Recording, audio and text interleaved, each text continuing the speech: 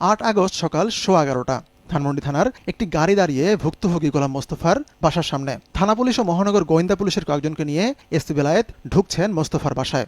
প্রায় পৌনে 1 ঘন্টা অবস্থানের পর মোস্তফাকে নিয়ে বেরিয়ে আসেন তারা। সে সময় মোস্তফাকে চর মারেন এসপি বেলায়েত।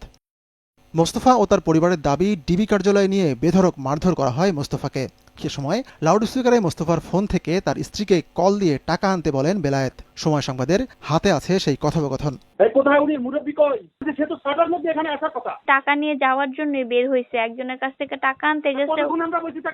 আপনারা একটু ধৈর্য ধরেন ভাইয়া, ওনারা তো বের হয়েছে। তাড়াতাড়ি হওয়ার ব্যবস্থা করো, তাড়াতাড়ি দাও, তাড়াতাড়ি আসতে ব্যবস্থা করো প্লিজ। আপনি কান্না করেন না,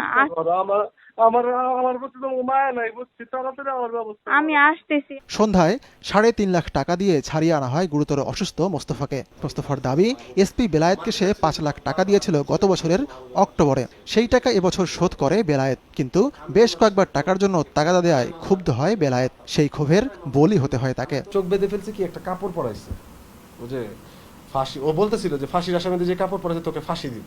অকথ্য ভাষায় গালিগালাজ। আমি পরে যাচ্ছি বারবার, আমার উঠায় ঘুষাচ্ছে। এই জায়গাটা পুরো আমার শেষ করে, কান দিয়ে ফোটা ফোটা রক্ত আসলো, এই জায়গাটা শেষ করে দিল। এমন ঘুষা আমি আমার লাইফে, এভাবে কুকুরেও কেউ মারে না। ইতিমধ্যে আদালতে মামলাও করেছে মোস্তফা। তখন তো বলতেছিল 25 লাখ টাকা ফুল দিতে হবে।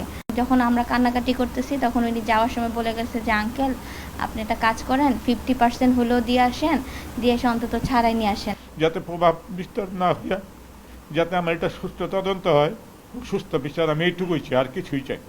এ ঘটনায় টাকা পাওয়ার দাবি তুলে মোস্তফার বিরুদ্ধে ধানমন্ডি থানায় 7 তারিখে জিডি করে বেলায়েত। তবে এসব বিষয়ে প্রশ্ন করা হলে এসপি বেলায়েতের দাবি, তিনি টাকা পান মোস্তফার কাছে। যদিও ওয়ারেন্ট ছাড়া কাউকে তুলে আনা যায় কিনা সে প্রশ্নের উত্তর এড়িয়ে যান তিনি। 5 লাখ টাকা পাই আমি ব্যাংকের মাধ্যমে দিছি, হাতে দেই নাই, প্রমাণাদি আছে, সব আছে। আমি ভিডিও করছি তার নামে। সম্পূর্ণ মিথ্যা ভাই, সম্পূর্ণ ভিত্তিহীন। এর নামে বহুত মামলা আছে প্রতারণার। সে ঘুরায় রোজারিদের পরে তার মোবাইল অফ করে দিচ্ছে। অফ করে দেওয়ার পরে তো আমি আইনগতভাবে না গেলে তো আমার টাকাটা মাইক যায়। ডিবির যুগ্ম কমিশনারের সঙ্গে যোগাযোগ করা হলে তিনি বলেন, মোস্তফা একজন প্রতারক।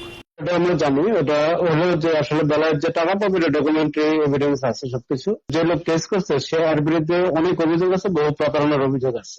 তবে প্রতারণার ঘটনাগুলো কি এবং আইনি পদক্ষেপ না নিয়ে কাউকে তুলে আনা কতটুকু যৌক্তিক, সেই ব্যাখ্যা মেলেনি গোয়েন্দা পুলিশের কারো কাছ থেকেই। আতিকুর রহমান তমাল, সময় সংবাদ, ঢাকা।